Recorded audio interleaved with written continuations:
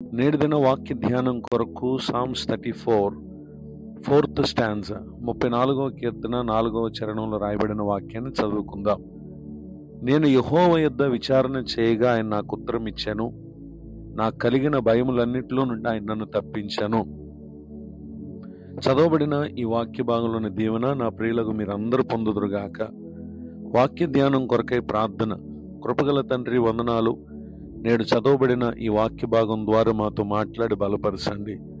యేసు క్రీస్తు నామములో ప్రార్థిస్తున్నాను తండ్రి, ఆమేన్. చదవబడిన ఈ వాక్య భాగంలో మానవ జీవితమందు భయానికి కారణమైనటువంటి పరిస్థితులు ఎన్నో ఉంటాయి. కొన్ని విపత్తుల వలన, స్నేహితుల వలన, బంధుమిత్రుల వలన, శత్రువుల వలన, ఇలా అనేక కార్యాల వలన ఎందరో పలు విషయాల్లో భయాన్ని కలిగినటువంటి వారుగా ఉంటారు. అట్టి పరిస్థితుల్లో మనం ఏ విధంగా తప్పింపబడగలము అనంటే, నేడు ఇక్కడ కీర్తనకారుడు తన జీవితమందు తాను ఎదుర్కొన్నటువంటి విషయాలను ఆధారంగా చేసుకుని ఇక్కడ తెలియపరిచినటువంటి మాట ఏంటంటే, నేను యెహోవా యొద్ద విచారణ చేయగా ఆయన నాకు ఉత్తరం ఇచ్చాను. అనగా నాకు అపాయమును, కీడును, నష్టాన్ని కలుగు చేసేటటువంటి పరిస్థితులు వచ్చినటువంటి సందర్భంలో నేను దేవునికి మొరపెట్టగా ప్రభు వారు నాకు ఉత్తరం ఇచ్చారు. ఏ విధంగా అనంటే, నేను కలిగి ఉన్నటువంటి భయములన్నిటిలో నుండి ఆయన నన్ను తప్పించడం ద్వారా అనేటటువంటి విషయాన్ని ఇక్కడ మనం గమనించగలం. ఇదే పరిస్థితులను ఎందరో భక్తులు తమ జీవితంలో తాము ఎదుర్కొన్నటువంటి భయాన్ని కలుగు చేసేటటువంటి పరిస్థితుల్లో వారు కూడా దావీదు గారిని పోలినటువంటి విధానంలో వారు చేసిన కారణం, వారు ఎదుర్కొన్నటువంటి మరణ భయముల్లో నుండి కూడా దేవుడు వారిని తప్పించారు.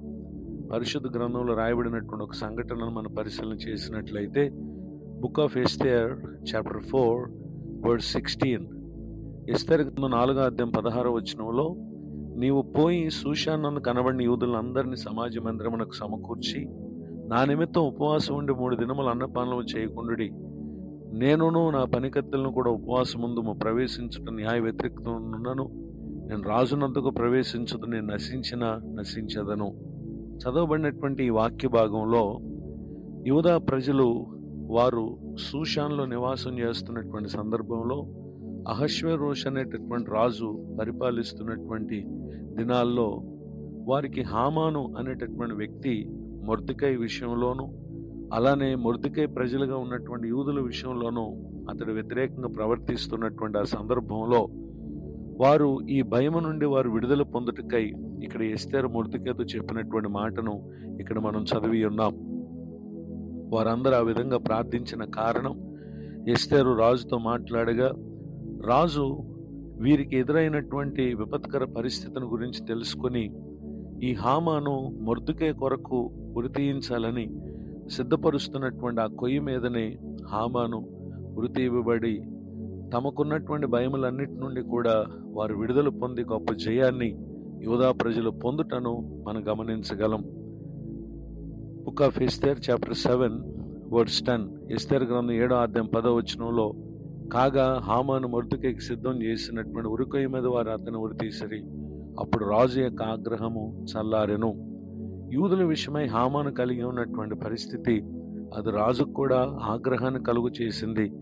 రెండవదిగా యూదా ప్రజలకు భయాన్ని కలుగు చేసింది. అట్టి భయములన్నిటిలో నుండి వారు చేసిన ప్రార్థన విన్న దేవుడు వారిని తప్పించినటువంటి విషయాన్ని ఇక్కడ మనం చూస్తూ ఉన్నాం. ఈ మాటలు వింటున్న నా ప్రియ సహోదరి సహోదరులు, మీరు వేటికి భయపడుతూ ఉన్నారో ఈ దినం దేవునికి మొరపెట్టండి. మీరు కలిగి ఉన్నటువంటి భయములన్నిటి నుండి ఆయన మిమ్మల్ని తప్పిస్తారు.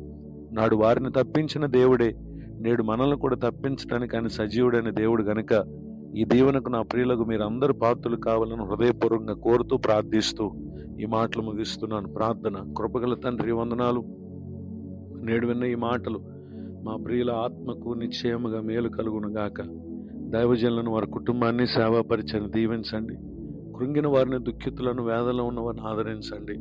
నూతన సంవత్సర దయాకిరీటను పొందిన మా ప్రియులు గడిచిన కాలాల్లో ఏ కారణాల చేత పలు భయాలతో జీవిస్తూ వచ్చారో ముందున్న సంవత్సరములన్నీ వారికి సమాధానం, సంతోషం, పరిశుద్ధాత్మదే మీరు కలుగు చేయుదురుగాక.